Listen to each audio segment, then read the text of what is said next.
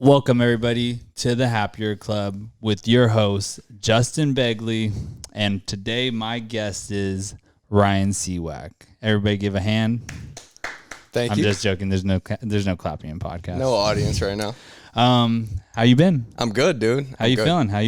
I'm good. Re-energized a little bit. Nice. I'm kind of glad we didn't do the podcast right when I got here. I needed like a day or two to rest. Yeah, I need some sleep that day. Sunday was like totally a day I need some sleep. Yeah, I did too. We passed out early. It was like 8 p.m. We were already dragging. Yeah, you've been traveling all over the, like 3 countries or 3 states. Yeah. It's been crazy. I've been hopping time zones a little bit, so it's actually caught up to me. Like the jet lag is actually a real deal because I went from New York to Utah and then had to go from Utah, Arizona, Vegas, and then Vegas flew to Cali 2 days ago. So it's been fun. But yeah, everybody, welcome Siwak,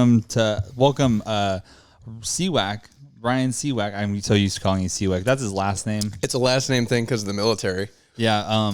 But he's originally from New York. Yeah. Born and raised, and we know each other from the military. We were in the Marines together I was in for 4 years. He was in for 8. Yep.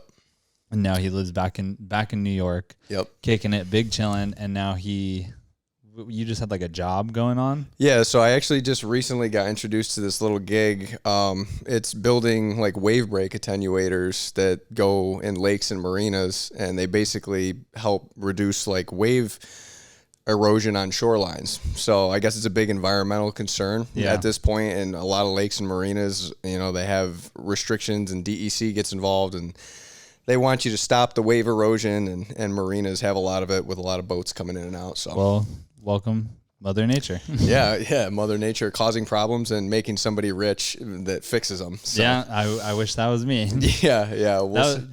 That's cool that you got that job. I thought that was cool when you told me about it, because I was just like, damn, that's pretty sick. It came out of nowhere too. Like I was just sitting in my house one day, and my buddy texted me, and he was like, "Hey, you should message Eli." That was one of our mutual friends, and he was like, "He's got a job like that he could hook you up with." And I was like, "Okay."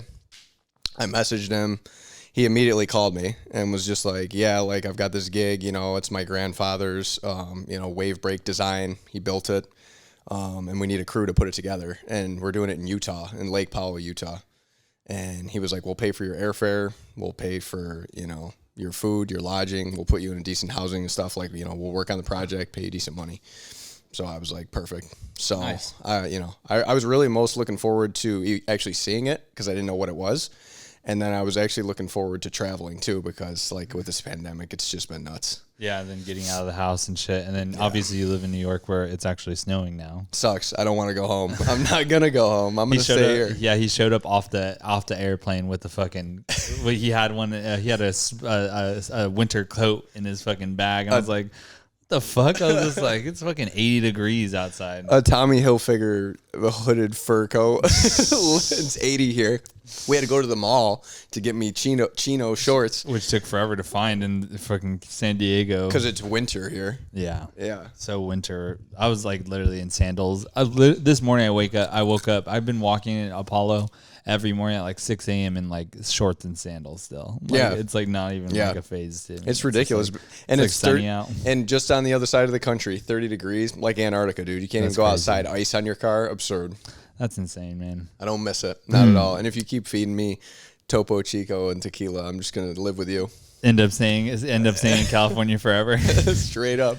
That'd be awesome. Mm-hmm. I mean, fuck, man. We used to live together. Yeah, we did used to live together. The trap house. I used to live in your trap house. It wasn't a trap house, but I mean, we made it our trap house. It was a nice house. Quote unquote trap house. It was like if we're living in Gucci Man's mansion. I wish. I'm just joking. That would have been just because how trap it was, but how nice it was. It was nice, yeah. The base housing was dope, and like that particular house that we were in was sick. I moved so many times. You lived with me when I lived with Jeremy too, right? Yeah. It was me, you, and Jeremy. Mm-hmm. I was the original one. You were the OG. Yeah. And then Jeremy moved in, and then Jesse, right? His girl. But yeah, those were good times, man. Yeah. Shout out Jeremy. Shout out Jess. J Flow. They're fucking badass. He doesn't even have social media. He sucks. Well, he's not even gonna see this. He has. I have him on. So I think I have him on. I have him on Snapchat. And I post this on Snapchat all the time. So. Yeah, he's loyal to Snapchat. That's it. Well, I'm okay with that. Yeah, I'm okay with that. Yeah, he doesn't do the Instagram. He doesn't do any of that. I have like 4 different Instagram accounts. Cheers, dude. Cheers. Hey, today we are sipping on. Today we're sipping on Don Julio, Topo Chico, and lime. Keep it original. I fucking love Don Julio. I've always loved it, and me and fucking Ryan have always drinking it together. So today we decided to get a fat bottle and drink it tonight. We're also grilling a tri-tip tonight. There's a lot of bro history in that bottle of Don Julio between the two of us. I fucking love Don Julio so much. Yeah, that's really the first tequila that we started drinking together. I think it was like when you moved in. Well, I take because I take that back. Was it before that? No, because we didn't drink Don Julio. We drank like before our deployment into Okie, we drank Don Julio. But then when we went on our deployment, I didn't move in with you until after our deployment. Right. And then but during our deployment, we were just drinking a gang load of shit in Okie, because in Okie we can only get Patron. Patron was like the only thing that we could get. Yeah. That we could only get Patron. And I didn't like Patron, but I mean, it's the best tequila they had. Either that or Jose. Yeah, Jose and Patron. Yeah, because that's what they had at the PXs and the package stores and stuff on base. Yeah. Not much selection. No Don Julio. They definitely didn't have Topo Chico. No, absolutely not. I didn't even have Topo Chico until a couple days ago. Well, Topo Chico is originally like a Texas thing, like a huge Texas thing. Like a lot of my friends from Texas love Topo Chico. Yeah, Monterrey, Mexico. And, is that close? I mean, no, but it's in it is. Is that close? I mean, it originally is Mexican. Yeah. Yeah. I mean, but it's also like in the United States, it's a big thing in Texas. Yeah. And then now it's a big thing in California. Yeah. I fucking love Topo Chico. Yeah. Well, it's kind of like how obviously. I made you put that shirt on. I know you did. I said, I don't know what shirt to wear. You said Topo Chico, and I said, put it on. All right, that sounds good. Yeah, no, it's kind of like how Modelo did its deal, right? Like Modelo was just like a low-key beer at first. Like I remember a couple of years ago, Modelo wasn't even like a brand name beer. It was just like a low-key like Mexican lager. And then like you start drinking it and it was delicious, and then it just blew up. And then no, for real, remember? And then in high school it's way more expensive now. Be it is. Well, yeah, compared to like other beer. Like I'm telling you, like people all over are drinking Modelo. They got it on the East Coast. Has it always been on the East Coast? Oh, okay. So then it has to. I'm telling you, yeah. And then it's Modelo time, fool. It's Modelo time. That's when it got super popular. That just reminds me of Heido. Yeah, true. Shout out Monroy. He doesn't watch this shit. Yeah, no, I don't even know what he does, to be honest. Johnny Vargas is actually texting me right now. He's sending me some current events for us. On patrol? On duty? No. He's in Columbus right now. You should go visit him when you're in New York. I was never that tight with him, honestly. I feel like that was your group that came in, right? In the military? No, who are you talking about? Johnny Vargas. Oh, you're talking about Johnny Vargas. I thought you were talking about Rocky Knievel Vargas. Oh, no. Johnny Vargas. Shout out Rocky Knievel Vargas too, but Johnny Vargas. Yeah, Johnny. Johnny's messaging me. He's visiting his girlfriend out in Columbus, Ohio right now. Yeah, I love Shout out Johnny Vargas and Lauren. We were just talking. Yeah, and we were just talking about him yesterday. I think it was right. Mm-hmm. Yeah. So Johnny, I miss you, dude. Johnny. Yeah, he was supposed to be like coming back this Friday, this weekend, but then he had extended it till next week because then nothing was going on, and then he didn't know that you were coming in yet. Yeah. But once he found out, he's like, "Damn, dude, I didn't even know when I was gonna get here." Yeah, and that me and you had problems trying to arrange this. It's been a sorry struggle. Everybody for the lack of a podcast that you were supposed to be actually having it today, Monday. Today was supposed to be when the podcast comes out. Yeah, but he had some flight delays and some work related, some conflicts and stuff like that. And then now he's finally here. Yeah. And we're all just happy that you're here and then that we get to do this podcast. It might be, the podcast is probably going to be out probably Thursday or Friday. Yeah. That'll be sick, dude. It's going to be, and I have school now. School starts Wednesday. Shout out SDSU. Yeah, thanks for having me here, dude. I really appreciate it. It's been a long time. We haven't seen each other since I moved, you got out, yeah. Right, because I got out of the military in Yeah, 2019. let's talk about let's get a little background of you. Okay. I mean, we know you're from New York. Yeah, Rochester, I mean, obviously New York. you grew up in Rochester and then went to elementary school. But we're gonna take a shot before we get into my background. All right, let's take a shot, and then you start off and just go off on your story of who you are and how you got to be the person you are today. All right, we'll get it cracking. Give you my biography. Yeah, just give like a little, your like 30-second spiel when you talk to like somebody at like a networking event or something like that. I only want to hear. I usually start off and tell people that I'm like a male prostitute or like a stripper, like or a pimp. A pimp. Yeah. You walk around, get in a pink velvet suit. Are we taking a double or a single? Single. Crack dealer. You want some crack? I'm okay with that. With a crack?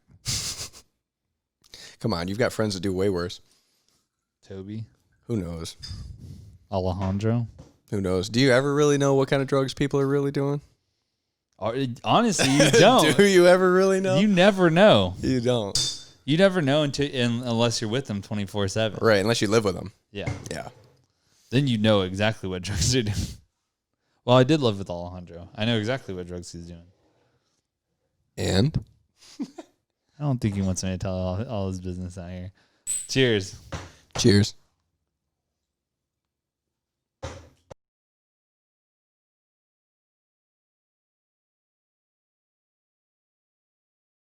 Perfect.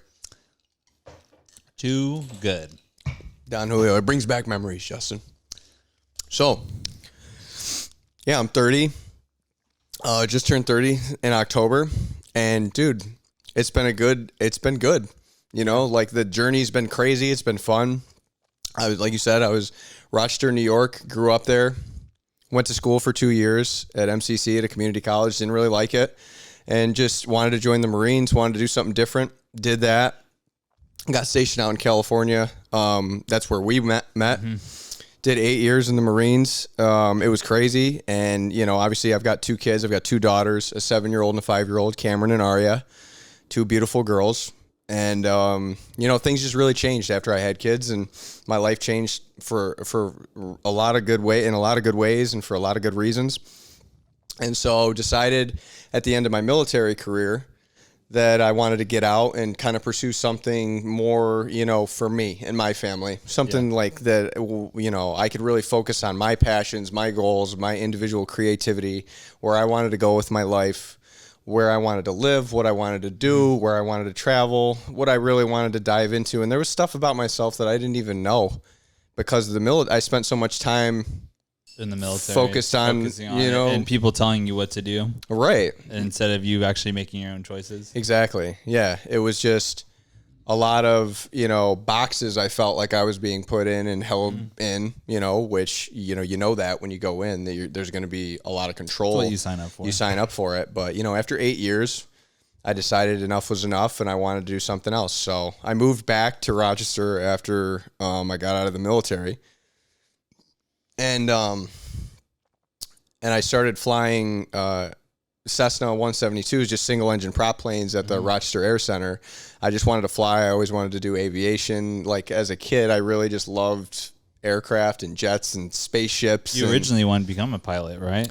Yeah, kind of. Like when I thought about going into the military, I really wanted to, be involved with aircraft or piloting aircraft or, helicopters or jets or whatever. But I found out to be a pilot, obviously you had to go to school for 4 years, get your bachelor's degree, then go into the officer candidate program. And like at 19 or 20 years old, I wasn't really like as focused.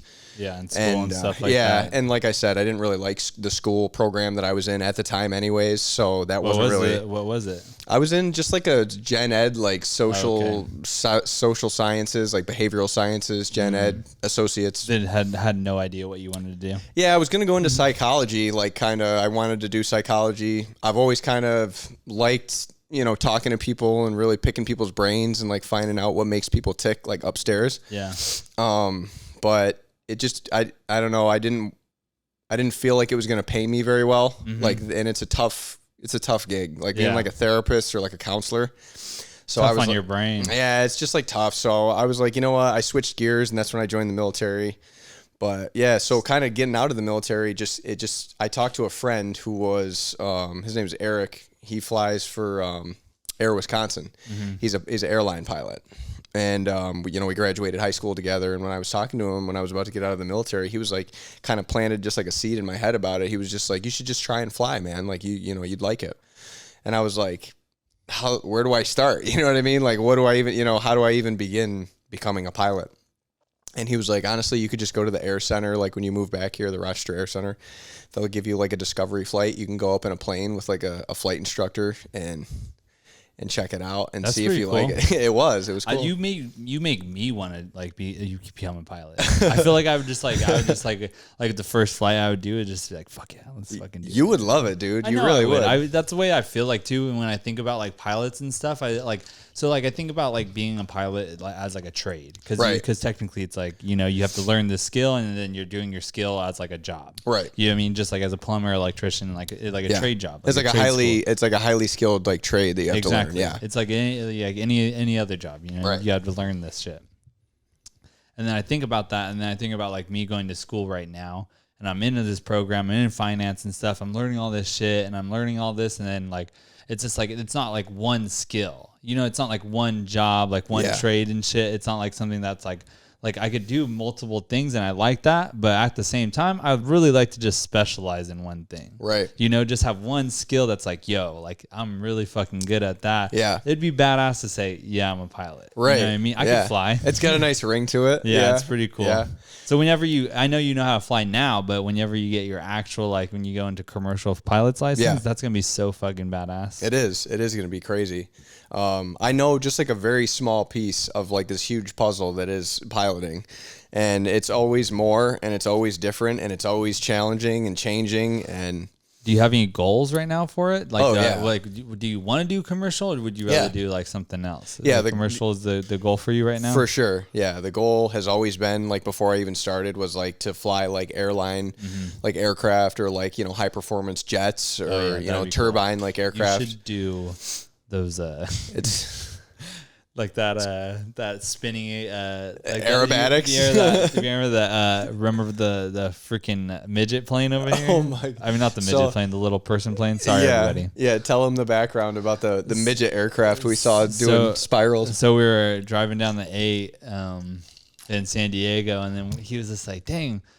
He's like, "What is that?" And I was like, "That plane's ripping right now." I said, "What is that?" And he was just like, "Is that a plane?" I said, "I think that is." And it's like a red, like you just see it in the distance, like over Mission Bay, just like going crazy, just acrobatic, like doing dives and spirals and 360s. Not even that high, just like just going crazy. And like from our perspective, it looked like it looked just like a full blown like prop plane, like an actual full size prop plane, but it just looked like it was off in the distance because it was small. But I feel like it was way closer than we thought it was. Yeah. It was like a mini like RC plane somebody was gaming or something. I don't know, man. I honestly, till this day, I don't know what it was. If it was just a really tiny plane with a midget pilot that was flying it, that was the conclusion that we little came person to. Pilot. Little planes for little people. Little people. Pretty sick. You've got me drunk already. I can't remember anything. If you're a little person and a pilot, what a power move. Yeah. Like, what a cool cool thing to do. Like, what if they told you couldn't be a pilot because of a height restriction, and then you designed an aircraft that was small enough for you to operate, and you were like, "I'm gonna be a pilot," and you just drove you just piloted a little plane. Yeah, a little person plane. A little person plane, not the M word or the N word. The M word. All right, we're not busting it out. But anyways, yeah. So that's pretty cool. I mean, becoming a pilot would be. Like I said, I was looking into helicopters recently, and I just like, damn, that would be kind of cool too. It'd be crazy. I'm thinking about like maybe finishing up my bachelor's degree as I'm already doing, and then getting a job, and then pursuing something on the side as that. You know what I mean? Yeah. Either fixed wing or whatever the other one is. Yeah, there's fixed wing and then there's rotor wing. Rotor wing. Yeah, That's so you have rotor aircraft and then fixed wing aircraft. Yeah. I always gravitated towards the fixed wing aircraft just because like helicopters are just so sketchy to me. Yeah, I feel like that airplanes you can just go, and You can obviously you can go farther distances. Yeah. Too. And they just like if you don't have any engine power, like if you lose your engines or run out of gas or fuel or whatever when you're flying You can- like an aircraft, you yeah. can like Glide glide it an down. aircraft to like a safe spot. Yeah. You know, it's still a difficult emergency land. Like it's not easy, but like You have a better chance. You have a than better chance of surviving. R.I.P. Kobe. Yeah, R.I.P. Kobe. Helicopter accident, crazy. But if you're in The a goat. helicopter, bro, and you lose like your rotors or your engine power, like you're screwed. Like you're just gonna go down in like a spirally hell. Yeah, straight up. So yeah, but yeah, it'd be cool, man. If you became a pilot, nuts, because we could fly together. That would be cool. What if? So how about this? Get this image in your head. I know that you're thinking about moving to South Carolina, right? North Carolina. North Carolina. Yeah. You have your airplane's license, right? You can buy an airplane, right? I could buy just because I have my license doesn't mean I could buy an airplane. But no, so you move to South Carolina, you get a plot of land, you end up getting some money in the future. In the future, I'm not talking about right now. Okay. Get an airplane, right? Get it. If we're planning, envisioning it. visioning. I get my helicopter's license, buy a helicopter. I go to South Carolina with my helicopter. We teach each other Are you gonna bring Finn? how to crossbreed on both of them, and then we. So we would cross train. Yeah. You'd show me how to fly a helicopter, and I'd show you how to fly a fixed wing aircraft. Yeah, and then then do that, and then create our own business, and then make our own model of a helicopter airplane. That would be an immense amount of Wait, work. I don't even know what I'm talking about. There's already the Osprey. The Osprey, the mixture, the hybrid. That's pretty much the hybrid. That is the And hybrid. completely fucked us. I mean, well, it's just completely. And it's not the greatest aircraft that's ever been made. Let's just say that. it's an amazing piece of technology. Amazing. However, sketchy to ride in.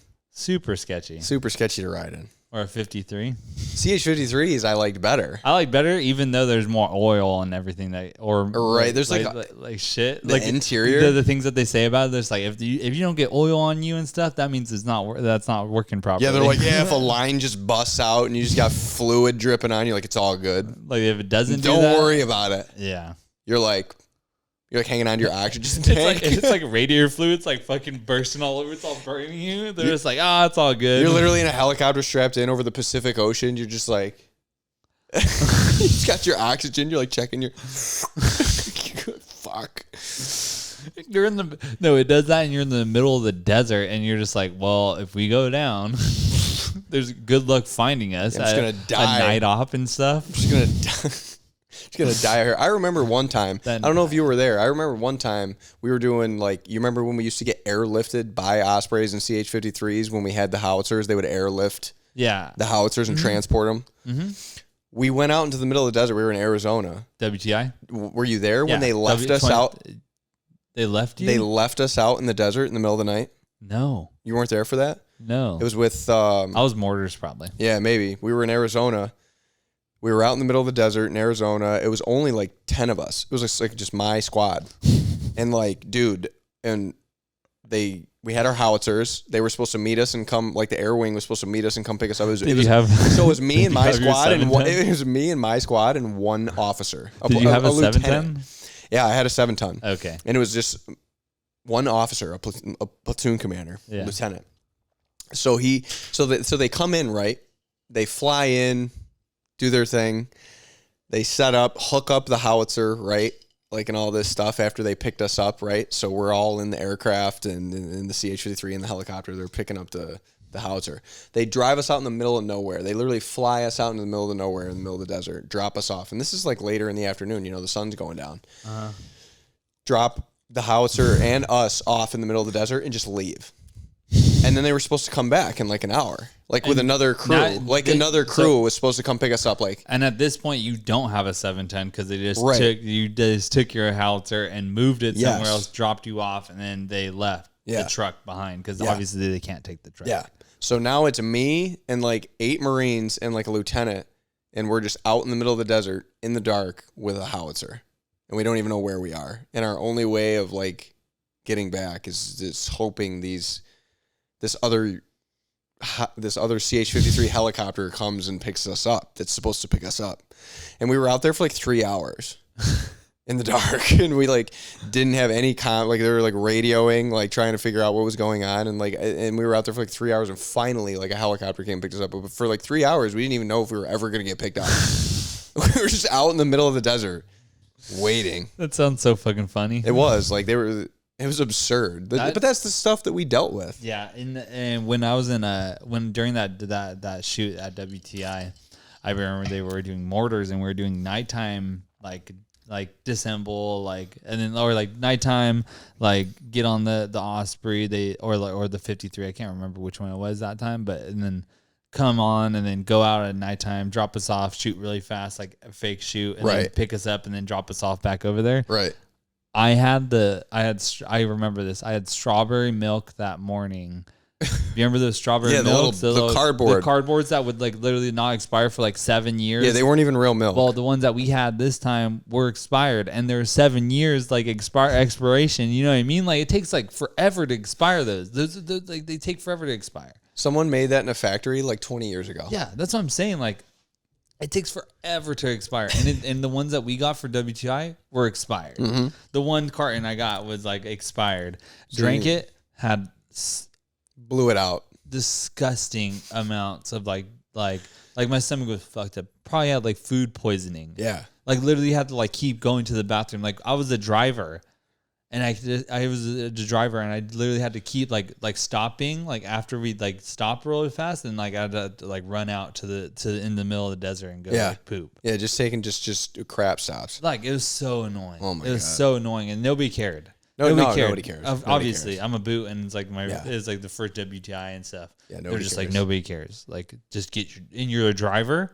Like we don't have anybody to replace you. Yeah, of course, and that was another problem. Yeah, it was that they would get like one driver, and then they would just use you for everything. Like everything. Remember when you were trying to get out of the military? You had like 3 weeks left in the military, and I literally had to like borrow people's gear. You had like no gear. And like people were like, "Yo, like go. Can you do me a favor?" And I'm just like, "What do you need?" Yo, bro, can you drive this for me?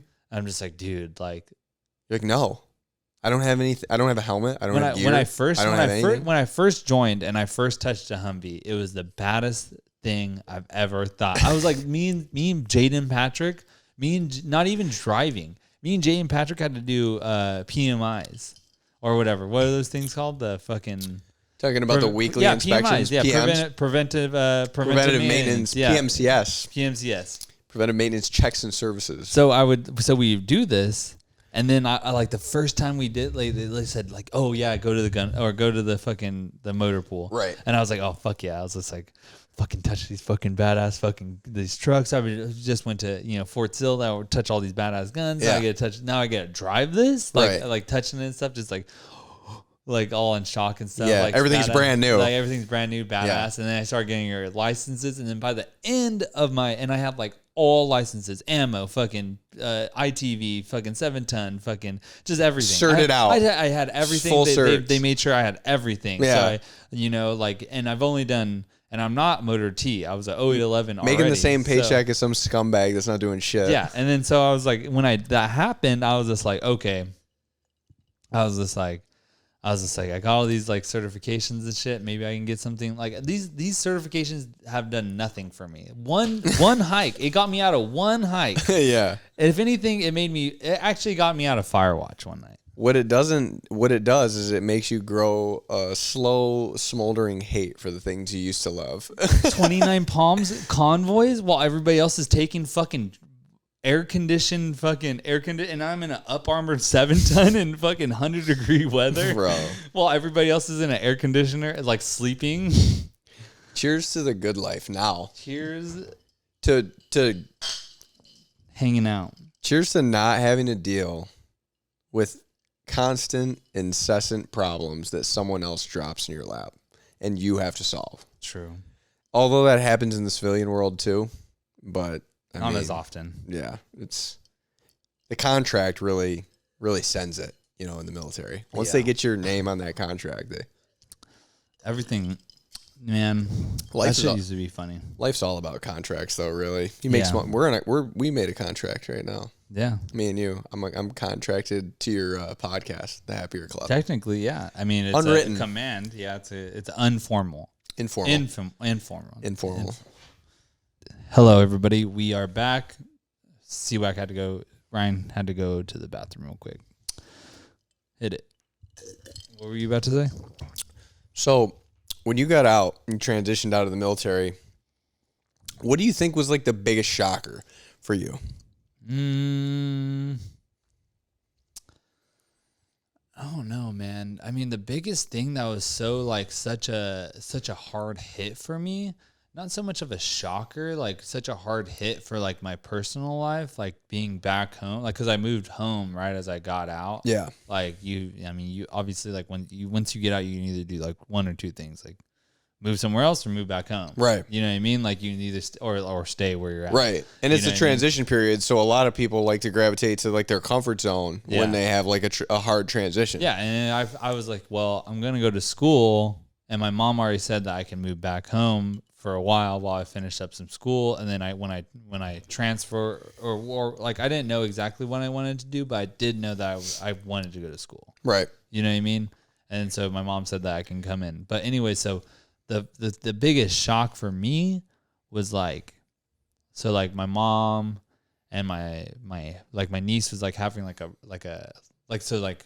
she was having like a play or like something, like recital, like a chorus or something, you know, like when like little right like a recital, like kindergartens have like preschools have like, I don't remember what grade she was in, but when they have like chorus singings and stuff like that, like and they like concerts and like they're kind of like all the little kids are singing and it's super cute, like it's like Christmas carols and shit like that. It's super cute.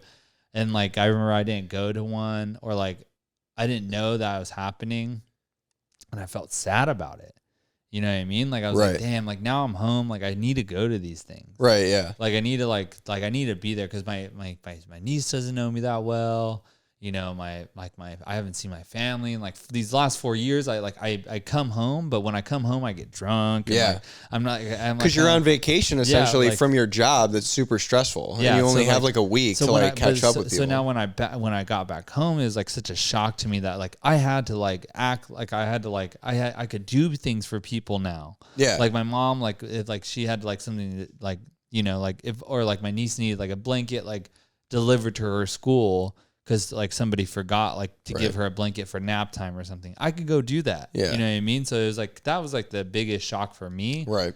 Like being home finally. Yeah. You know what I mean? Like just being home and being able to do that stuff was like, it was just like, I was like in my head, I was just like, I need to start doing that shit. Yeah. You know what I mean? Like I really need to start doing that shit, because if I don't, then it's just going to continue of me being this outcast. And if I don't insert myself in there, I didn't expect people to just like, expect me, like, you know, like try to just have me there, you know what I mean? Like so like my family was like going out to dinner and stuff, like I'd be like, hey, can I come with? Yeah. Because I didn't blame them for not being used to being used to me not being there. You know what I mean? Like they're so used to me not being at dinner and stuff like that. So I had to insert myself. Right. And I didn't blame them for not like, you didn't take it like personal. Yeah, I didn't care. Like I was just like, I understand. You know what I mean? Right. And so like that was the biggest shock for me. Like I don't know if that was like something for you. It was like, I know exactly what you're talking about. Kids, like, yeah, you know, like so I like to look at it like instead of someone like always being your support system, like when you're away, like with the military, because that's how it is a lot of times when you're in the service. Yeah. Now you can be a support system for other people. Like you can be, you know, you can help people now. You can really insert yourself like in your community, and you can really make like deeper connections with like your friends and family, and really like and make a difference. I literally felt right as I got out of the military, I felt like in my head, I was just like, I need to be a better person. You know what I mean? Like, I just need to be a fucking better person. Well, that's great. Like, a lot of people struggle with that. You know what I mean? A lot of people, when they transition from one thing to another, they like struggle to find like their stride or their path, you know? Yeah. All right, we're back. We got some drinks. Thank God. We had to chill. So like I said, yeah, the biggest thing was like getting out and being able to, you know, help out and like inserting myself in the situations instead of expecting, you know what I mean? Instead of expecting people to like kind of be like cater me and stuff like that, which I feel like a lot of people still do when they're in the military. Is like when they go on leave and stuff like that, they still like they expect everybody to drop what they're doing in life, right? Just to say like, because you only come home for like a week or two. Yeah, and like, yeah. But everybody else got other lives. You know what I mean? I get it. Like you know, got a life. Here's what I've learned in life when it comes to people making you a priority and people making time for you. The people that give a fuck about you are going to make time for you. The people who are going to be there for you and going to be a priority for you are going to make time for you. Everyone else, guess what they're going to do? They're going to make fucking excuses. Exactly. Like, I'm sorry, like, but that's just the way life goes. Mm-hmm. I've had tons of people make grand plans with me, and I've only had a handful of people who actually came through. Some people, there's always like, okay, some people, if they're right, if they're super busy, like let's say like I go visit New York and then you have your kids and stuff, you know what I mean? Like, and I did it on a dime, you know, like what not I mean? in a self-centered way, right? Yeah. Like, of course, you always have to understand other people have, you know, priorities, but like if someone's repeatedly like not able to make time for you, like you're just not a priority, right? Like, and it's just not your person. And it's nothing personal. It's nothing personal, right? Some people take it like it's a fucking big deal. They do on both ends. You know what I mean? Some people some people are just like the people that are flaky and stuff like that. They're just like, and they always have an excuse. They're always like, it's not my fault I'm always busy and stuff. But then people on the other end, it's like, bro, you need to stop being so self-centered. So there's an argument on both sides, but yeah, it's always back and forth. Is it that? Yeah, just like going home. Just getting out was just like the best idea ever. It was a strange time for me when I got out because I got out in July of 2019. I moved back to Rochester, New York, and then I had a job lined up in October. I started working at the airport as a line service technician, refueling and like de-icing aircraft and things like that while I was in my pilot's program. And I got laid off from that job in June because it was May or June, late May, early June because of the pandemic. Took a couple months. Airline industry took a massive smack. Everything was shut down. They had to make cuts to, stay afloat. And so I got laid off in May and June. And then, like, I'd only been out of the military for not even a year. You know what I mean? Before, like, that layoff. And then the pandemic hit. And so there were so many challenges that came along with just getting out of the military and trying to find my way and find my stride. Challenge. Like, and I have two kids. You know, I have a 7-year-old and a 5-year-old that I, like, needed to support and provide for. And, I had a passion trying to fly and, you know, pursue a whole new career. Which costs money. Which costs the GI so Bill much does money. The GI Bill does not pay for your private pilot's license. Does not cover the private pilot's license at all.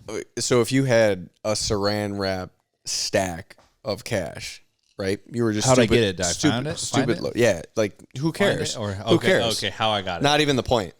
You have a fuck ton of money, and it's just a saran wrap band of cash. What's the first thing you're going to buy? Unlimited cash, like just stupid cash. Dumb cash? Dumb cash. What are you going to buy? The first thing. Unlimited amount. Unlimited amount. After I already had a house and stuff? I don't know. Your current situation. House. A big-ass house? And then if I had unlimited, a Lambo. A Lambo. A house and a Lambo. That's predictable. You know what I mean? Like I wouldn't move. Like I wouldn't move far from this location. You wouldn't have to. I'd literally move because in my location. Have you seen the houses like around here? What do you mean? Everywhere that anyone who lives anywhere else that had unlimited amount of cash, they would move here. Yeah, exactly. So you're good. They would move down the block. They would literally move right down there. If they had unlimited cash, they'd be like, that sounds like San Diego penthouse. That's like right there. I'd get there's okay. So I tell everybody like anybody that comes visits me, there's a mansion, the first mansion of San Diego, or the first mansion of Point Loma. Okay. Of the hill. Yeah. It's the highest point of Point Loma. There's this huge mansion, and it used to own all of Point Loma. And you can go. Maybe if we hang out tomorrow after I get off of work and shit, show me. I could show you. I'll put it on my photography. It's pretty. It's pretty. And there's I don't know if they rent it or not, but the family. So it used to be this huge white block house, right? Like a White House. Like imagine the White House, and then but not as big. Obviously, not as big as the White House, but a huge house. And then it was a family that owned it. And then when the family, when the parents died and stuff, there's two sisters that got the house and the inheritance of the house, Right. And they didn't like each other, or they wanted a separate house. I don't know which one it was, but I'm pretty sure they hated each other. Snobs. And they, instead of one of They the just house, split the they house? literally split the house directly in the middle. Imagine the White House in the middle, and it just directly split in the middle of the house. Bro, imagine that's next level petty. That's I'm pretty sure they level lost petty. a couple bedrooms too. I'm sure. I'm sure they fucking did. Fuck them. How petty do you have to be to get a multi-million-dollar mansion and just be like, I fucking hate you so much, bitch. Like, I'm living on this side. You can fucking live on that side. Well, I can imagine if some sisters be doing some sketchy shit, but at the same time, why wouldn't you just? I don't understand. Maybe that was the best solution. I guess I don't fucking know. That's absurd. Let's, instead of building a brand new house, let's destroy this house and cut it in half. And make it two different properties. I mean, when you have that much money, like that's the solution. Like, I guess. I don't know. I think I would sell, and I'd sell my half of the house, or have the other 50-50 person, equity. or have the other person buy the house off of me, Right. and just go buy a house just as big as that, somewhere else. You know, You what can I mean? have it.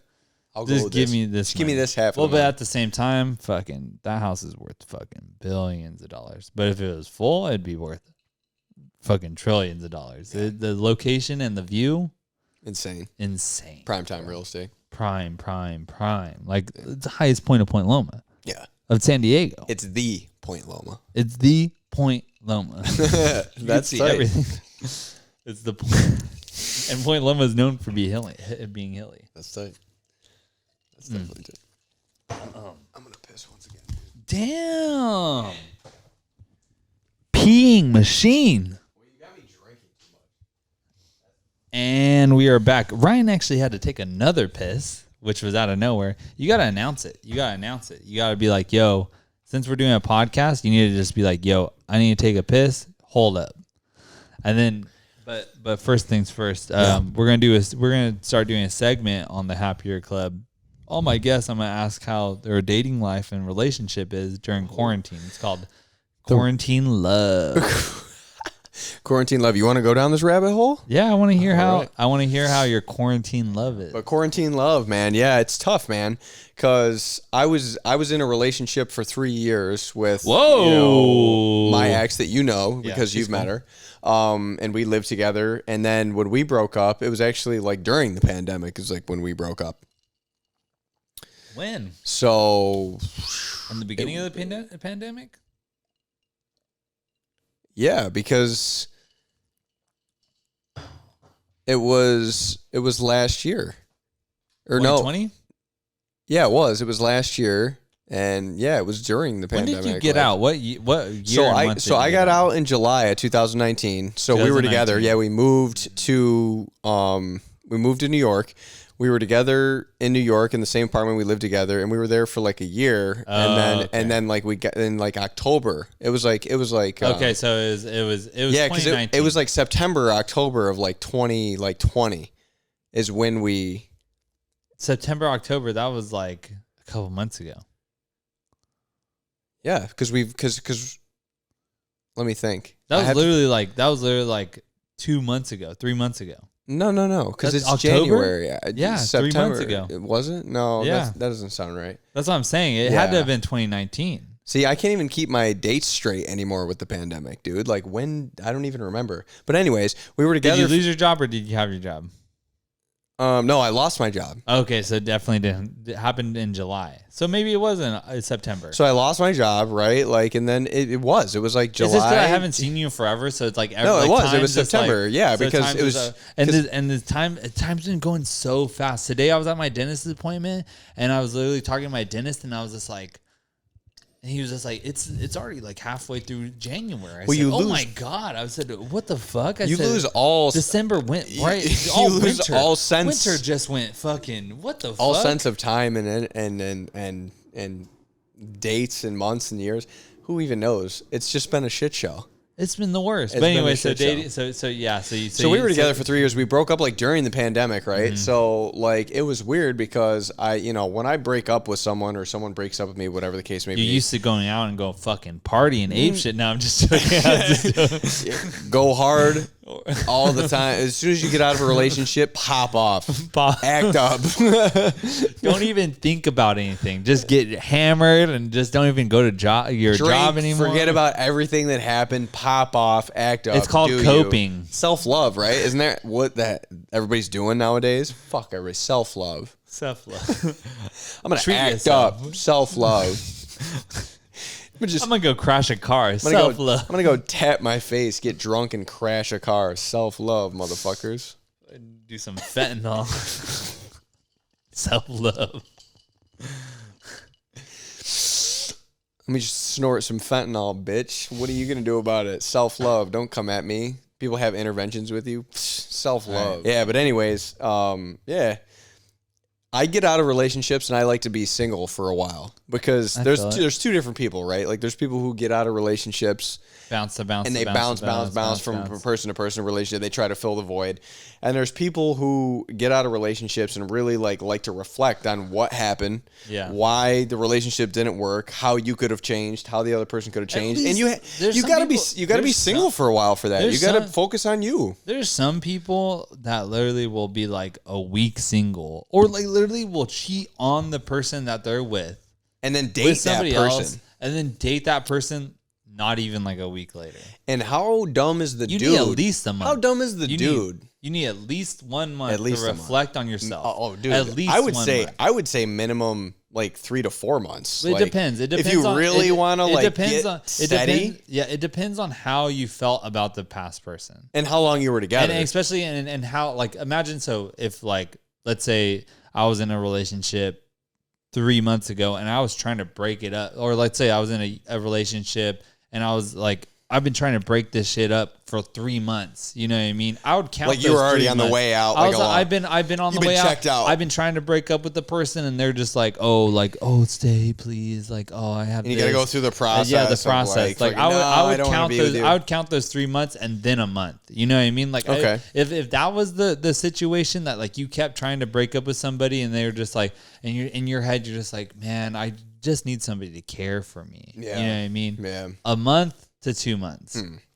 For me, it's longer. But if you're in like a serious relationship, me, it's longer. Like if you're in a relationship for 2 to 3 years, fucking give your time. Get your time. Get 6, 7, 8 months, a year, bro. Yeah. Like you're in a relationship for 3 months. You need some time to clear your head. If I'm gonna give one piece of advice to anybody who just got out of like a serious long-term relationship and they thought it was gonna be forever, or they thought it was gonna work. Yeah. And it didn't for whatever reason. Because shit happens. People are toxic. People change.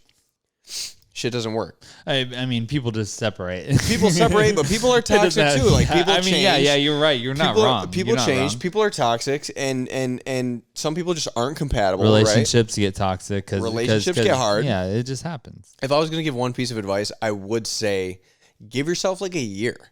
Like that sounds crazy to a lot of people who bounce from relationship to relationship, but give yourself like a year to just get out of the relationship, move on, digest everything that happened, reflect on it, do you, find what makes you happy. Literally, go find your passions, go find your goals, go find people that make you happy, go pursue things that you want to do. If you want to come home and you want to meditate or do yoga, fucking meditate and do yoga. You got no one distracting you.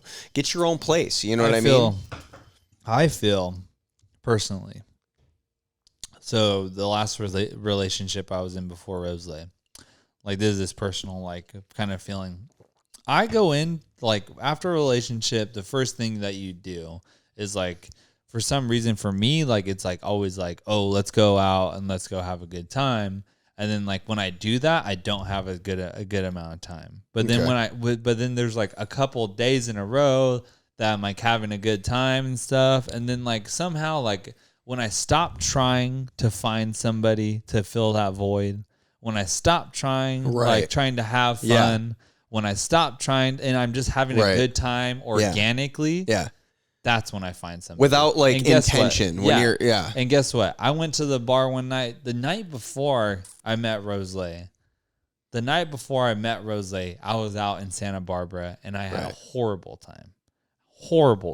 Like one of the worst nights I've ever had in Santa Barbara. Right. Like one of the worst nights. I literally was like out drinking, like just didn't have a good time.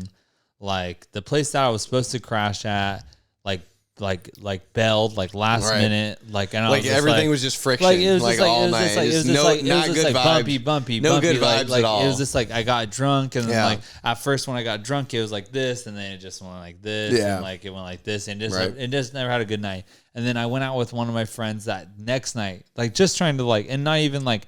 And then like just talking to him, just being like, yo, bro, I had a horrible night. He's like, bro, let's go out. Let's go out. Let's have a good night. Right. You know, let's have a good night. Let's redeem that night. The night before. Yeah. You were trying to have a redemption night. Yeah. And then we went out. Recovered from that. We went out and bam, met Rose. And then it hit it. And I was and that night I told him, I was like, man, I don't even want to go out, bro. Like, right. I had such a horrible night. Like how long have you guys been together now? It's been like 2 years, right? Well, 2.5. September would be. Wait, what the hell? It's been like 2 years, right? It had to been because you guys were together when I was at your house when you were living with Ivan, right? You started dating. Yeah. That's when you started dating. It 20, was like 2019. Well, let's think. I'm trying to think about. It was 2019. 2019, yeah. Right. 2 years. Yeah. 2 years. Roughly, yeah. Yeah. You guys have been together for a while. Yeah. Mm-hmm. It's been 2 years. It had to have been like maybe even more. More than it might have been between 2 and 3 years. Yeah, 2 to 3 years. Well, yeah. We're working on 2.5 years. Yeah. Like 3 years now because for sure. Because we had our year, and I took her to Pismo. Yep. And then we just had our year the last coming year. I don't know what I can't. I just dates this. Yeah. That was what I was going through when you were telling me when did we break up with blah blah during the pandemic. I'm like, I don't. Pandemics has been fucking me up. It has. The timelines are crazy. And then we didn't do anything. We didn't do anything big this year for our. We didn't do anything big for your anniversary because there's nothing to. Because you can't go anywhere. What the fuck am I gonna do? Go buy a fucking hotel room? Right. Why? Yeah. We live together in this fucking hotel. Yeah. Right. Literally in a hotel. Right. My apartment's literally a hotel. This whole pandemic has just gone so stale. Like, it's just gone out of control. I'm sorry, babe. I didn't remember how long we're together. I knew that it was 2 years, but I just thought I maybe thought 3, 4. Sorry. Same thing. We've had too many tequila. It's Don Julio. It's Don Julio and Modelo time. I can go for Modelo after this. Yep. After this podcast concludes. Oh yeah, after this podcast, we're gonna be eating some tri-tip. Oh yeah, we're about to grill. Gonna grill, have a good time. Yeah, grill and chill. Tri-tip actually is hard to get on the East Coast. I talked to you about that. Yeah, I mean, it's a California cut of meat for some reason. It's like a West Coast cut of meat. I think it's like a California thing because I heard my friends in Texas saying they're having a hard time to do it. I'm telling you. And Texas, I mean, I'm not saying that Texas is West Coast, but it's technically like Southwest. You know what I mean? Right. And so like when I think of Texas, I think like barbecue. Right.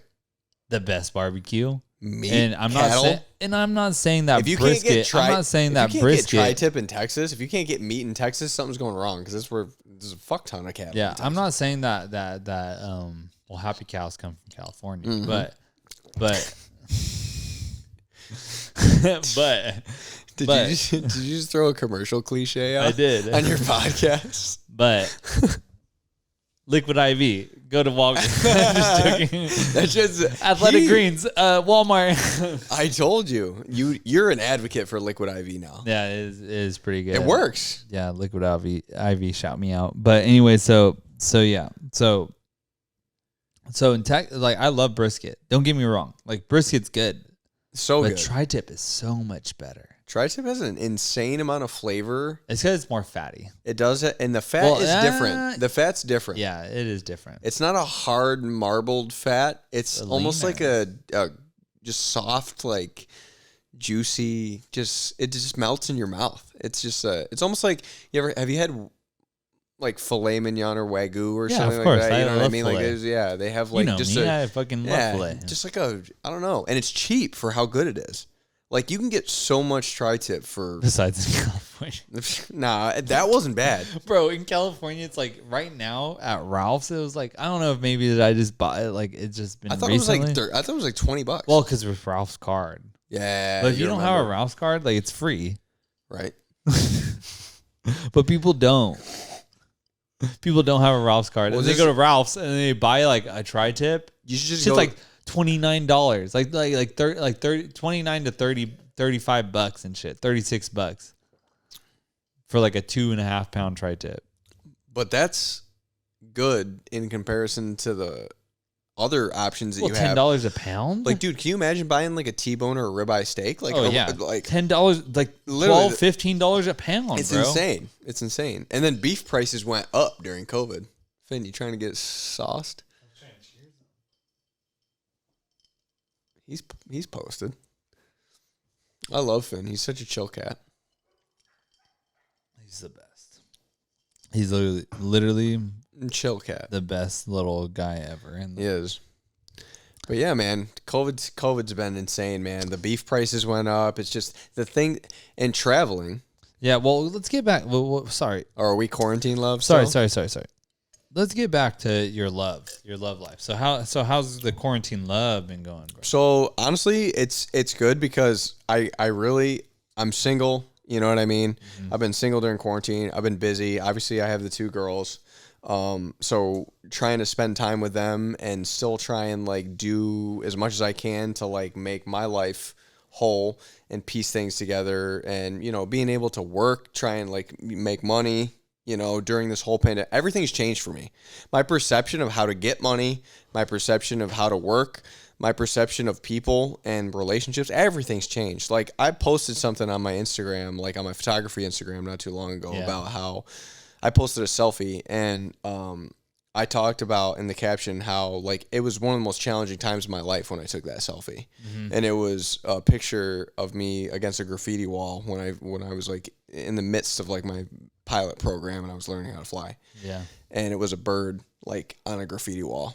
And it was just something that resonated with me because I realized I was going through a challenging time in my life, right? But it taught me so many things, and it really changed so many things for me. And I could count on one hand the amount of people and circumstances I could rely on. Yeah. It was crazy.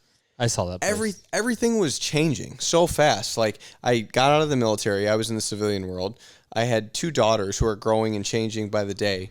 The pandemic hit. I was out of a relationship that I was in for 3 years, something that I relied on and I thought was a permanent thing in my life, just gone, just like that. And, you know, the pandemic, my job that I thought I was going to excel at and ride straight through my pilot's licenses while I was doing that simultaneously. Yeah. I thought that was going to be a job I could rely on for income while I got my pilot's licenses. Gone. Just like that. Pandemic. Take it away. Everything changed so fast. The pandemic is it definitely happened fast.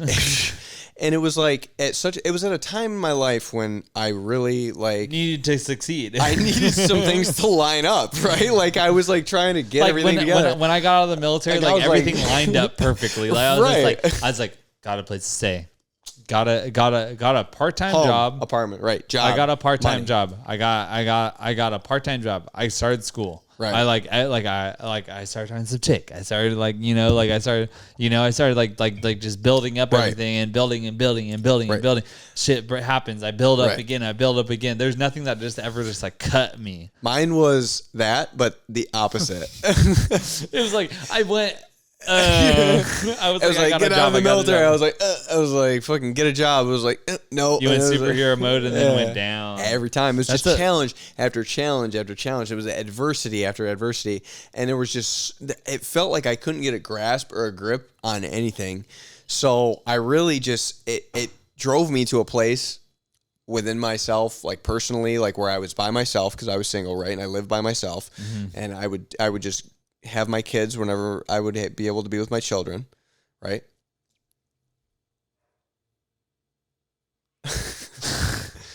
And it got me to a place where I was just like, look, I'm the only one that's going to make shit happen. Exactly. I have no one to depend on.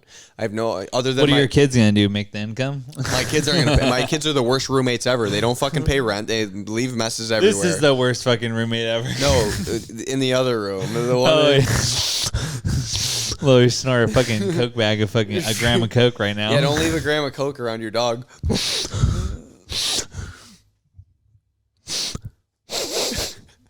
Fucking literally sticks his nose and everything. Let me knock over this. So fucking funny. He's hilarious. He's cute. So funny. But yeah, We're talking about Apollo. Apollo. You guys know Apollo. Yeah. Mr. Nosy. Mr. Nosy. And you guys obviously know the podcast fan. But yeah, it's just how it is, man. It's just like, I mean. Right. Challenging, right? Life's a challenge. It's crazy. Yeah. And you never know. And just getting out, like you think that like, oh, getting out's going to be so easy. Yeah, you think you can handle it because you're like, I'm a Marine. Like I've been in fucked up situations for years. Like I'm always overcoming things. I'm always battling, right? Yeah. Right. And it depends. It depends who you are. Right. You know what I mean? You're not doing bad for yourself. I just want to let everybody know that you're not doing bad. I was gonna do the clap. I was gonna do bad. Do it. I was gonna hit it. I don't know which one it is. Click. Let's experiment. I got it.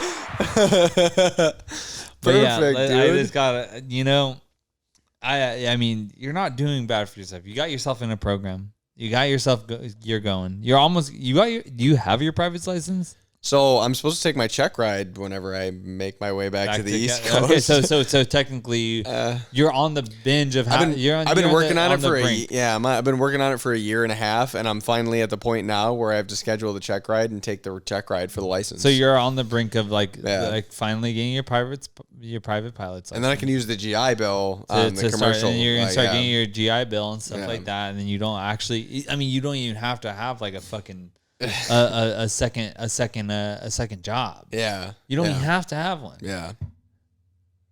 After you start using GI Bill. You don't have to, but you can. You can. Yeah. You can. Yeah. Guess what? You can. The future's bright. Yeah. You know what I mean? Like the work is getting there. This last year has been a shit show for you. But I mean, it's going now. Yeah. You're on that brink where it's about to like zoom up. I feel things going in a positive direction, and I know like during this pandemic and the things that I've been through in the military and the things you too, and being in the military and dealing with this pandemic, you can always overcome whatever obstacle comes your way. Exactly. You can overcome it.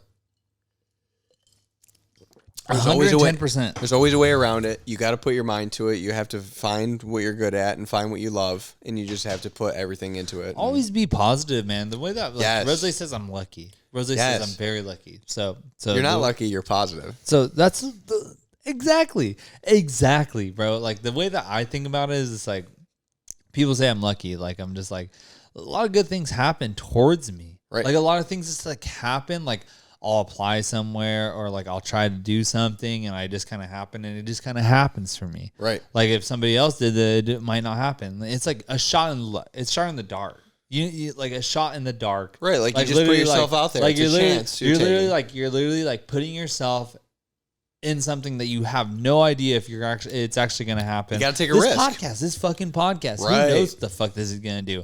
I've had so much like constantly like just like feelings about this podcast. I'm just like, bam, just like fucking produce this shit. Just like in the back of my head while I'm producing this shit, listening to this fucking 4-hour podcast of like unedited raw film. I'm like shit, and I'm editing, and I'm fucking tired. It's like 12 o'clock at night. Because it's a lot of work. 12 o'clock at night. A lot of work and money put into this fucking this podcast. I saw you set up, and I was like, dude, this is actually a whole production. Yeah, and I literally do it all by myself, and I'm just like, and I'm doing all this shit, and I'm just like, it's not worth it. But in my head, I'm just like, as long as I put positive thoughts into what I'm doing, there's a good chance that there will be some income or some positivity back onto me. Yeah. Put positive thoughts into anything that you do, and you will get some positive feedback. Right. And that's just the way that I've been thinking about it, like things that like I've just been doing lately. Just like when I used to work out. Back before the pandemic, before COVID. I literally went to the gym every single fucking day, and I was getting progress every single day. Every single day, I felt good. Yeah. Now, I stand about like 10 pounds more than I did at the pandemic. Nothing's wrong with that. I don't care. Right. All I did is just eat a little bit more good food. You know what I mean? Don't get me wrong. I just been eating good. I just been eating a little bit good. It's all good. I mean, honestly, my diet hasn't changed that much dramatically. Well, when you get locked in the house, dude, and you can't go to the gym, you don't know what gym schedules are. You don't know. You got to wear a mask on a treadmill now. If you want to run inside, you got to do cardio. It's just. I have a dog now. Yeah, you have a dog. Now. Well, you got to take care of him. You know what I mean? I take care of my dog. I take my dogs on walks all the time. He's like a baby. That's honestly like a baby for a while. That's honestly like been like my most relaxing thing is like going on walks with my dog. Yeah. Just like chilling, walking, just like enjoying. Apollo's a lot like you. He's chill. Just chill. He's just chill. He's just chilling. He just likes to and just chill. That's not me, but you like to just chill. Talking about that. Let me get that stizzy. Get that stizzy. All right, everybody, we're back. We're back, everybody. Yeah, there's a while where I was really into like I read the book Breath. And it was all about like deep breathing how it like affects your health. And you just like in general, just like how breathing through your nose compared to your mouth, like you shouldn't breathe through your mouth. No. Mouth breathers are. And I am a mouth breather. And guess what? I have stopped it. I've stopped it. Like, shut it down. Like, I'm not like this. People used to be like, your breathing's really loud. Just be like, bro, you're a mouth breather. I can't do anything about it. Like I literally would like tell people like, I can't do anything about it. What do you want me to do? And stuff like that. And then like literally like. They're like, shut your mouth. I read that book and I literally would just be like, I literally sit there and just be like. And now, like sitting regular, like for me, it's like this. I like all Amazon. Our friend Amazon, when we are Amazon, right? Jorge, Amazon, tiny out. Mexican. Shout out George. We used to sit and he used to just be like, close your fucking mouth, bro. And he would tell you you're a mouth breather. And he used to just tell me, I just like, bro, like. Shut the fuck up. Like, but now that you breathe through your nose, and then things like are different. I didn't think it was like such a bad thing. Like people would like make fun of it and shit. Like, oh, you're such a mouth breather, and just like, oh, like it's like whatever. Like I'm a mouth breather. Like it just fucking happened. Like I was born this way. You know what I mean? I didn't think there was something I could change about it. Like at nighttime, like I just thought that I had to breathe through my mouth. You didn't think there was a future where there was a Justin that didn't breathe through his mouth. Yeah, I didn't know. I didn't think that. Like I just thought like, oh, maybe I have like just like. You know, like nose, like, you know, like my nose. Maybe I have like restricted nasal passageways. Yeah, exactly. From cocaine. I'm just. From doing too much blow. and inhaling gunpowder and fucking explosives my whole life. And then just constantly breathing through my mouth till I've just gotten so comfortable through it. And then like I read this book and then like he was telling me about like how people have literally had like, they're literally blocked through all their nostrils, like their nostrils. Their nasal passages are and then they literally like just start doing these exercises, breathing exercises, and just like and like easily. And then some people actually have to have surgery at some point. Some people break their noses, and there's this like things that like close in and stuff like that. And then like so I like kind of like got really into it, and within within a couple weeks, I stopped like really breathing through my mouth, and even at nighttime, I get like. At nighttime, I used to snore. I used to like have like apnea? I used to have like super dry mouth. When you'd wake up and your shit was just fucked up. All fucked, bro. Especially if I drank. Especially if I drank the night before. You know what I mean? And I started like, and people even with Johnny's podcast, this podcast, like I could tell you like from the time where I did with Johnny, like this podcast is like the second episode.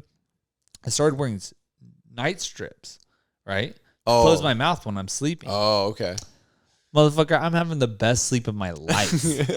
So that was a legitimate issue that you had to fix. So you don't even fucking know. Like, and people don't know this. You have no idea. Like literally, like I'm sleeping because you're just breathing. Like, and I can tell you by my whoop strap. You know, I don't have it. I haven't worn that shit in like a month now. But anyways, like that whoop. It like records like your sleep cycles and your breath because it does your like your heart rate, and stuff. Respiratory rate, like so your O2 levels. And I can't tell you right now, but like when I first started using my whoop strap and I started using that, well, I've been using the whoop strap for a while now, but when I started first using the mouth guard stuff, like the mouth strip, I could. Immediate literally difference. getting like my recovery level was going from like 60s to 90s because you were getting better. Because I was sleeping better because So of you my had breathing. Immediate increase in sleep quality because of the Breathing. breathe right.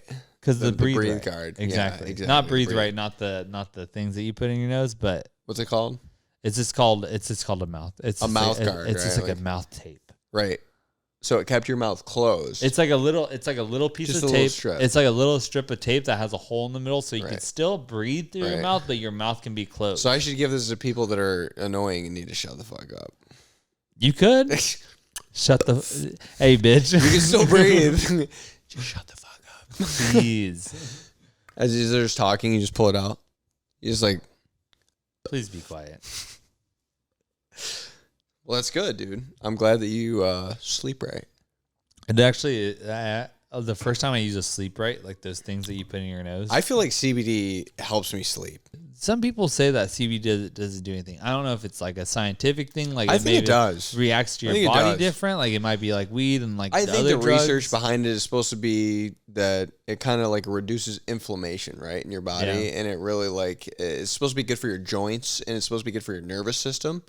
Which like inflammation is a problem. Like I've discovered when I look at information about inflammation. Inflammation is literally like everybody's problem. It's everybody's problem. problem. It invades your nervous system, your brain, your heart, your lungs, your organs. I mean, your bones, your joints. It destroys your whole body. You literally think that you have you think that you have a headache and stuff like that, and literally you have like an underlying disease that you could literally solve with just like CBD. Right, like because acetaminophen and ibuprofen, which you take for a headache, it's an anti-inflammatory. Like, and you think that it's actually good for you too. You think that like when I take I'm not saying that ibuprofen's bad, and I don't think that everybody should be like not taking ibuprofen, but that shit is not good for you to be taking. Your liver. Like it should. Your kidneys and your liver. Yeah, I was taking I did not know, and when I was in the Marines, I was taking ibuprofen like every day because I was hurting. Right. Like my shit, like was, your knees, like my your knees ankles and shit, and I was just like, back. and then like I had like my knees would like kind of like swell up a little bit. Yeah. You know what I mean? Because like they'd be like, because we'd go on like 7 or 8 mile hikes, like with like 90 pounds of gear. Yeah, and I just think it's just like, oh, it's like normal. Like they tell us like, oh, just take ibuprofen, you'd be fine. Like the docs and stuff, and just be like, okay,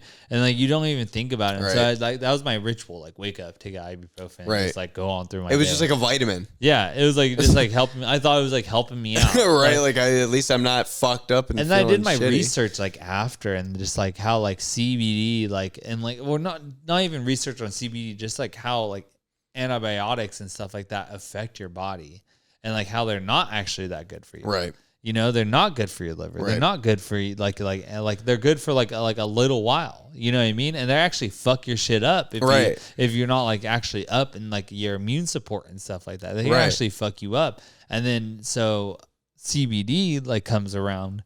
I start taking CBD like actual like real like the CBD that you got is legit. Right. It's legit. It's like 1,000 milligrams. Yeah, no, like just the brand is legit. Right. You have to make sure you have like a legit, like a credible CBD brand. Yeah. CBD company. Where you bought it is a legit spot. Because now it's like a whole different industry where like people can have like knockoff brand like bullshit. Yeah, don't buy like, CBD at a fucking gas station. Right. When I see people do that, I'm just like, bro, like you're asking for trouble. Right.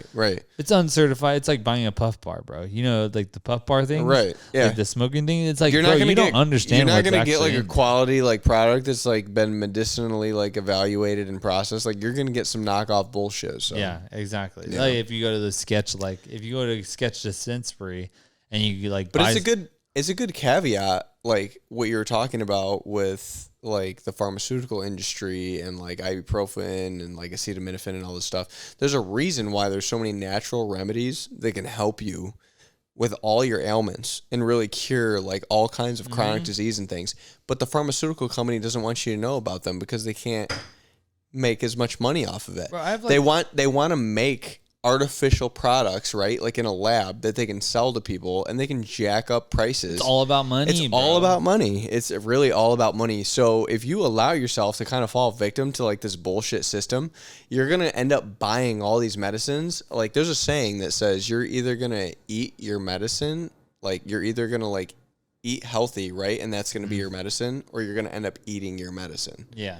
Like, so you can either eat good food and let that be your medicine, right? Like, and treat all your problems and keep you from being sick, or you're going to end up eating your medicine. Like, you're going to end up eating prescription pills for fucking dinner. There's a documentary right now, or I can't remember how long. Oh, there's definitely documentaries about the pharmaceutical Absolutely. companies. I mean, pharmaceutical companies are just like, they like run off cells. Like, they promote you to get as much cells of that drug that you can get. Like, it's like, what the fuck? It's like any other cells. And health insurance companies in the pharmaceutical industry, like, they work like together. So like, you're paying astronomical amounts of money for health insurance and medical insurance, right? Mm-hmm. And then like health insurance companies or whatever are like contracting like pharmaceutical companies to produce all these like things that are supposed to like help you like survive, right?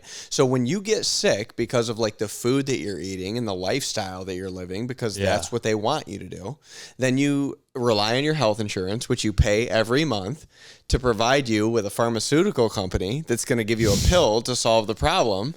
And you're just paying. These people are just getting rich off your bullshit. It's like lawyers and banks, right, dude? It's like, or you could just go out and work out every once in a while and like drink some water and eat a vitamin, and you don't have some to chicken and some vegetables and some beef. Like, just eat some beef without the French fries, right? Bro. Eat something that's going to be healthy for you, and eat something that's going to benefit your life, make you healthier. Do something that's going to keep your body whole, so you don't have to rely on health insurance companies and medical insurance policies and big pharma to save your life and live. I know so many people that are like in their old age and they've like regret so many things, right? Yeah. Like, so many people say things like, what do they regret? They regret not pursuing something that they were passionate about, or go to like on a trip or something, not like traveling enough, like not eating healthy or taking care of their body, like not working out enough. I think that's probably the main one. Like, for sure. Like, if you don't take care of yourself, what's going to happen to you? You're just going to deteriorate. That's what death is. It's just you're deteriorating. Exactly. That's exactly what it is. It's literally just age passing by. Like, deteriorating. If you don't take care of yourself, what the fuck's going to happen? You're going to die. You're going to die. And a lot of people are like in their 40s or 50s and they just look like shit. And they just like feel like shit. And they like wonder why they're unhappy. And you have people like Joe Rogan that has a six pack at 60. Right. And shit. Or 50. It's insane. And then life will throw you a curveball and some dude that's like fit as fuck, was like an Olympic athlete or whatever, dies at like 35 of like a heart attack. Yeah. Some crazy stuff. Life, you just never figure it out. Yeah. I guess not. Seriously. Like I said, it's all about luck. It's all about luck. Yeah, and you're a lucky motherfucker, I guess. So I'm going to live forever. Yeah. Shout out my girlfriend. Shout out Finn. The hype beasts are home. I love Finn. The two hype beasts are home. But yeah, dude. Honestly, it's been insane. And politics have been insane. Speaking of all this big pharma politics, it's just nuts. It's all intertwined. The system is nuts. Shout out Tulsi Gabbard. Who is that? You don't know who Tulsi Gabbard is? She was a presidential candidate. She is the only one that was like had no like attachments. She was a veteran. So she was like an independent She's party. She's an Army veteran. Was she an independent party?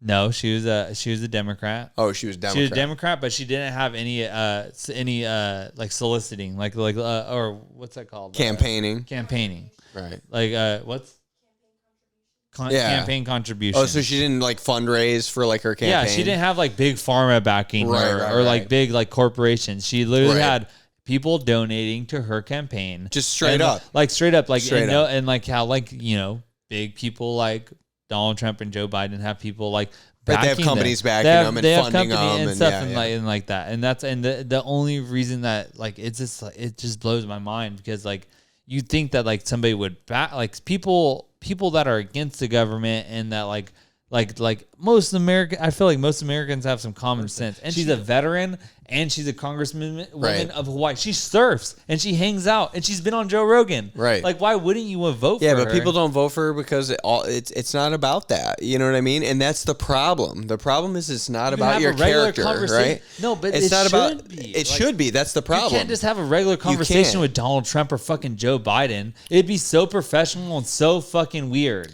It would be. It'd be so weird. And someone like that has literally like, I always wondered, you know, like I'm not not really like far left or far right. I try to really find like a medium that makes sense because the far left and the far right seems fucking. Well, as far as you go, the further away from the center that you go, the more confusing everything gets, and the more ridiculous and manipulative things get, and the more strict it gets. And it gets more communism, and then you like way less people. Like the farther left you go, the more people you're just like, fuck, I hate you, fuck you. And the farther right you go, you're like, fuck you, I hate you too. So it's like, why would you want to be a part of this fucking war? Why would you want to be a part of this political division in this war where like I get to pick a side?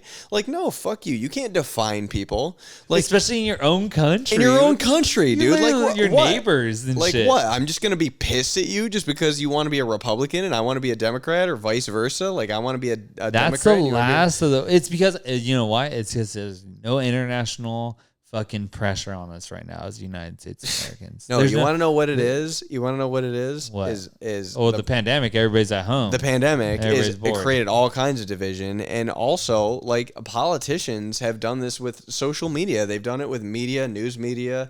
They've done it with social media. Everything you see on a day-to-day basis is there. It's all a scheme, some Ponzi scheme. I just start throwing shit.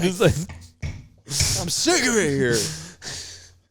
It's a scheme. Apollo gets up. You can't even get on.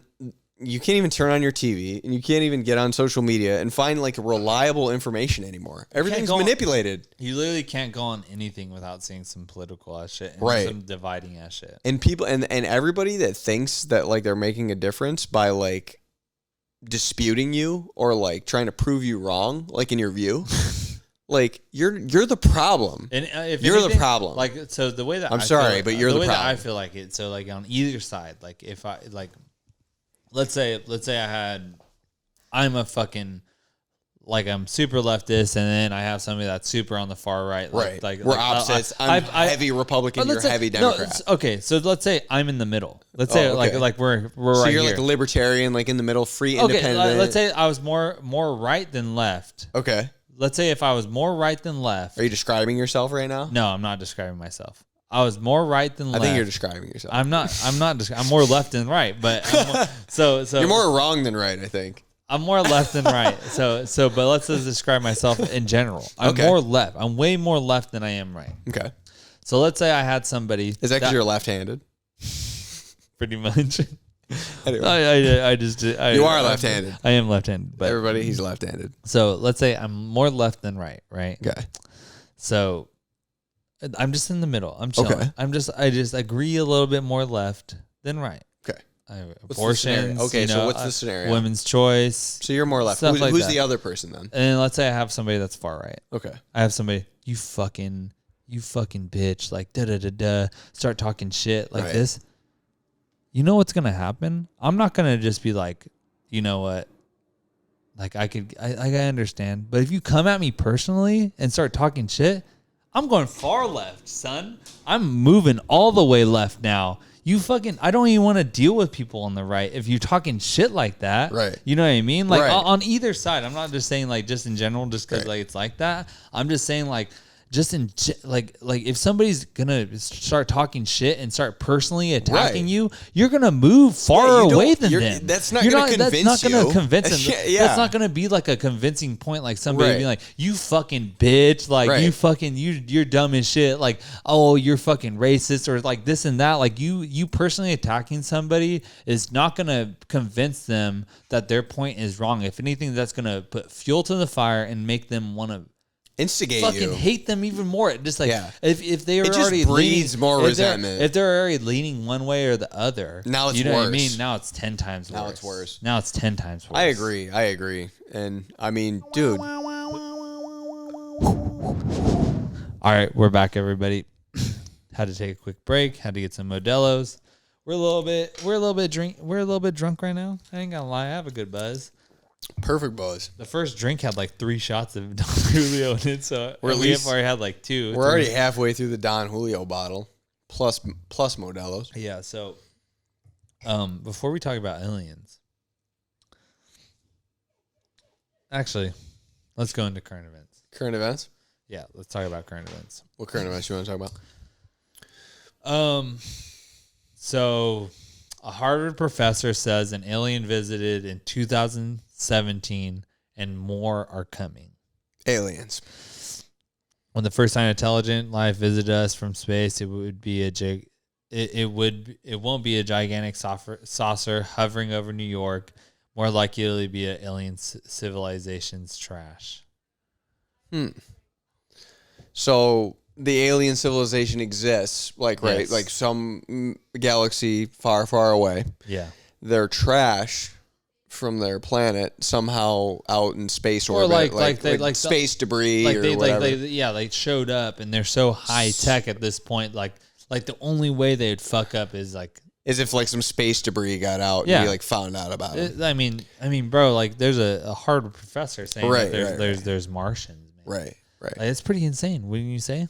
Well, I feel like How do you feel about aliens? personally, I've never even asked you about this type of shit. I feel like there has to be some other life form. Has to be. There's no way. There's no like if you're. You have to be pretty. Here's my thing. You have to be pretty self-centered to believe, or religious, like to believe that there's no other life form besides your own.